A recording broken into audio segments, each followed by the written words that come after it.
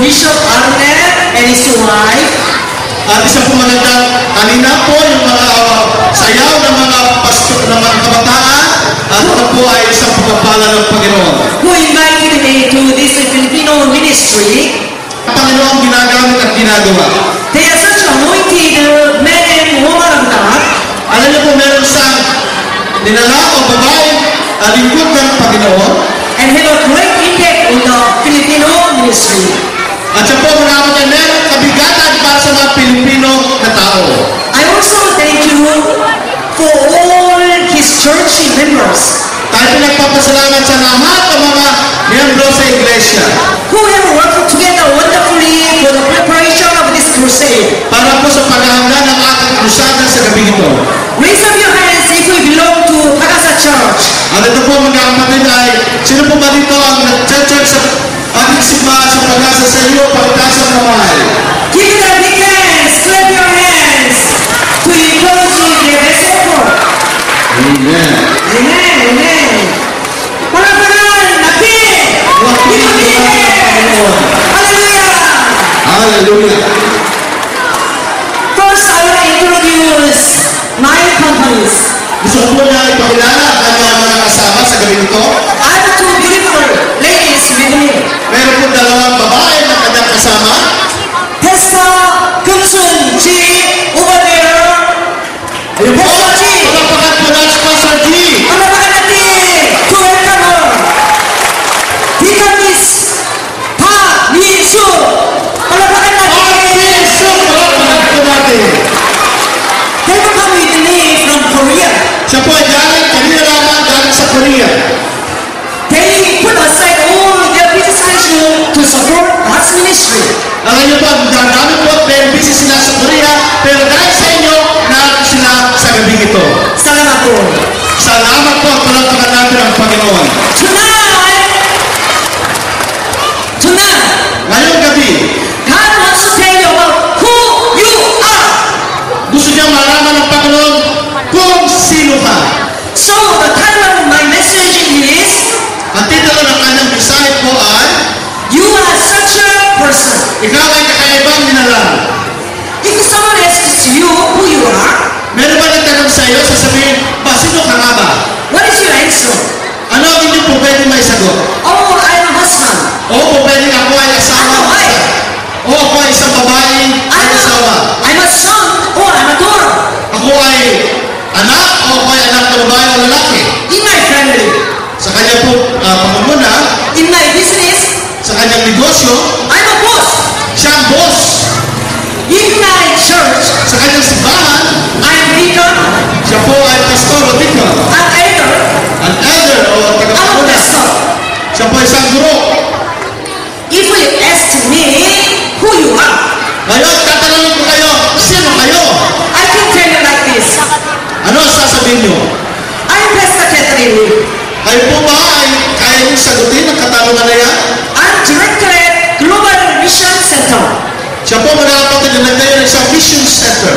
We are doing foreign mission ministry. Sila po ay nagpupunta sa iba't ibang bansa upang mag-mission. We are building up schools, churches, and orphanages. Sila po ay naglalagay ng mga orphanages at maraming mga simbahan sa iba't ibang dako ng daigdig. We are giving them free education and support them and feeding the hungry people. Gumagawa po sila ng malalaking school at libre po ang pag-aaral doon po sa iba't ibang bansa. I'm also dean at Global University Korea. Siya po mga kapatid ay tumutulong din sa mahirap doon sa bansang Korea. You know, I am author of some books.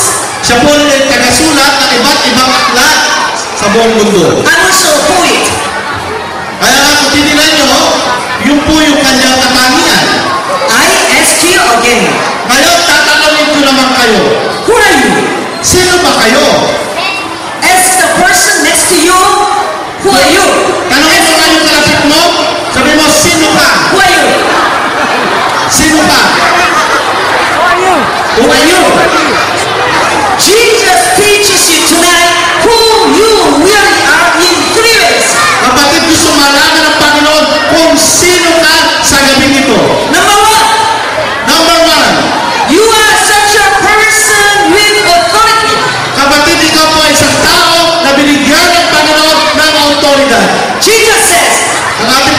sinasabi? All authority in heaven and on earth has been given to me. Sabi po sa Matthew 28, lahat ng otoridad ay binigay sa akin. All authority in heaven and earth was given to whom? Ang lahat ng karapatan, ng kapangyarihan ay binigay sa akin galing sa kalangitan at sa lupa. To whom? Kanino po niya binigay? Kanino po? To Jesus. To Jesus, ibinigay sa ating Panginoong Jesucristo. Then Jesus has given you the authority. Ngayon, gusto ibigay ng Panginoon sa inyo ang ating Panginoon Jesus ang isang autoridad. Amen? Amen po ba? Jesus says, which authority He has given to His church. Alam niyo po, ang sabi ng Panginoon, gusto kong sa gabi ito, ibigay sa inyo ang isang kapangyarihan, ang isang autoridad. He says, I will build my church on this rock, and the power of death will not dare to press it. Ang sabi ng Biblia, mga kapatid, ibibigay ko sa iyo ang kapangyarihan at ibibigay ka pwede ay hindi pwedeng makapangyari. Isn't it a great authority? Hindi po ba isang napakagandang autoridad? His disciples received that authority and did a miracle. Lahat po ng disipulo ay binigyan ng kapangyarihan at karapatan. Peter and John raised up the crippled man. Nakita po natin si Lazarus ay pinatay. Huwag kang matatakot. You must not be beaten by others. Huwag kang matatakot sapagkat sa mga problema na alam ng Diyos na ikaw, siya ang gagawa. Your husband is beating you. Ang iyong mga asawa ay umuwi sa inyong bahay. Your wife is beating you. Yung mga asawa mong babae ay umuwi sa inyong bahay kasama mo. What do you do? Ano sa tingin mo? Drive out demon. Kapatid, kung di na umuwi sa pangalan ng Jesus, palayasin mo ang demonyo. Go from my life. Hayaan mo ang Diyos ang gumawa sa iyong buhay. Never return. Huwag kang matatakot. If somebody is bothering you and nagging you, Tandaan niyo po mayroon ng problema ay nagiging kabagabagaban sa ating buhay. kick out the demons behind. Tandaan niyo po si Satan ay palaging nasa likod niyo. Take out your authority and use it. Tandaan niyo, meron kang karapatan, meron kang autoridad. Raise up your hand if you are ready to use that authority. Kapatid, pakitaas po ang kamay kung gusto niyo pong gamitin ang kapangyarihan na galing sa Diyos. Okay, very good. Wow, purihin ng Panginoon. Very good. Then, okay, put down your Wala na hands. po. And those who raise up your hands, repeat after me. Lahat po na tumaas sa kamay, palaging may tagumpay. We will drive out demons from our life. Ang sinabi na mga kaaway sa ating buhay. Okay, are you ready to repeat after me? Okay, sasabihin niya, sasabihin hindi naman, nilalabas natin kung tayo mahiya. Okay? Amen? Po ba? Okay, raise up your right hand. Itaas yung parang kamay. Repeat after me. Okay, sasabihin niya, sasabihin niyo din po. In the name of Jesus. Sa pangalan ni Jesus, Poverty, go! demonyo, lumayas ka. Curse, go! Demonyo, sumpa, lumayas ka. Bad relationship, go! Lahat ng relationship na nagkakaproblema, lumayas ka. Lumayas ka! Lumayas ka! Lumayas ka. Lumayas ka! Sorrow, go! So, yung ating kaluluwa, Depression, go! Depression. lahat ng mga problema, lumayas ka. Failure, go! Ang pagkatalo, lumayas ka. In the name of Sa Jesus. pangalan ni Jesus. Okay, that's very wonderful. You did a good job. Okay, pumili niyo na po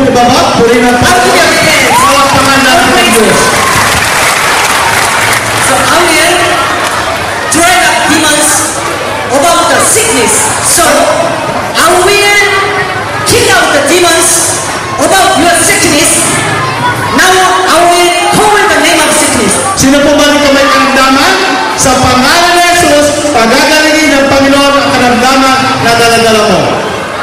If you have that kind of problem inside of you, you have a health problem, there is the answer for you. Tandaan niyo po, pagka problema, iniisip natin, ito po'y magkukulit ng ating katawan at palagi tayo may karamdaman. Amen? Amen po ba? Amen? Diabetes go. Diabetes, lumayas ka. Epilepsy go. Epilepsy, lumayas ka. Thyroid gland go. Diarrhea, lumayas ka. Brain tumor go. Tumor, cancer, lumayas ka. Disc go. Disc go. Pagkati, lumayas ka. Cataract go. Lahat ng karamdaman, lumayas ka. Glaucoma go. Glaucoma, lumayas ka. Leukemia go. Leukemia, lumayas ka.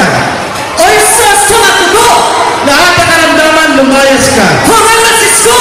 Lahat ng may mga problema, lumayas ka. Autism go. Lahat ng may sakit ng ulo, lumayas ka. Pancreatitis go. Lahat ng may mga problema sa dugo, In the lumayas ka. name of Jesus. Sa pangalan ni Jesus, Will go now. lumayas ka sa katawan ng aming mga kapatid. Hallelujah. Hallelujah! If you have cancer, raise up your hand. Kung kayo may cancer, pakita sa kamay. May cancer lang po. Who has May cancer? sakit na cancer. Ano ba? May sakit na cancer. Put your hand on your sick. Ilagay niyo po ang inyong Put your hand on your sick body. sa inyong may karamdaman na katawan. I will pray for you. Ipapanalangin namin kayo.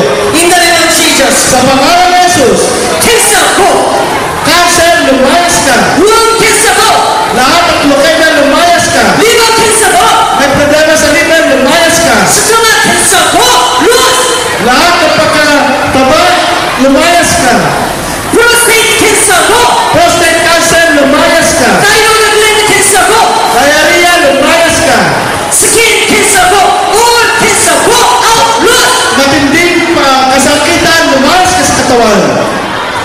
Ladies and gentlemen. Ladies and gentlemen. Mga kapatid at mga minamahal, Defeat in the name of Jesus all your sickness. lahat ng karamdaman ay walang imposible. Sa Diyos, palaging posible. In the name of Jesus. Sa pangalan ni Defeat all Jesus, your problem. lahat yan ay nagkakaroon ng kagalikan. You are victor. Ikaw ay may tagumpay. God made you victor, not loser. Pinangalawa ka ng Panginoon at sinila upang magtagumpay. I praise God by one song who has given us this big authority. Saan autoridad mayroon ka? Di po ba malaking pagpapala? Siya po ay aawit about authority. I will praise the Lord. Gusto niyo po ba siya umawit sa Panginoon? Okay, tingnan natin kung maganda ang boses niya. Kasi lakas ng boses niya. Tingnan natin kung magaling naman siya kumanta. Please.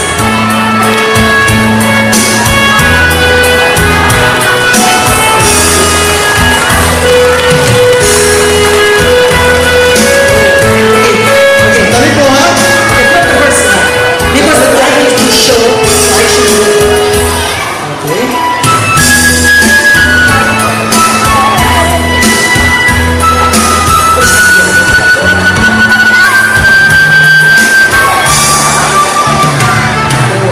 I'm very sorry. I prepared this line. Sorry po. Yeah. Masyadong mabilis yung kanta.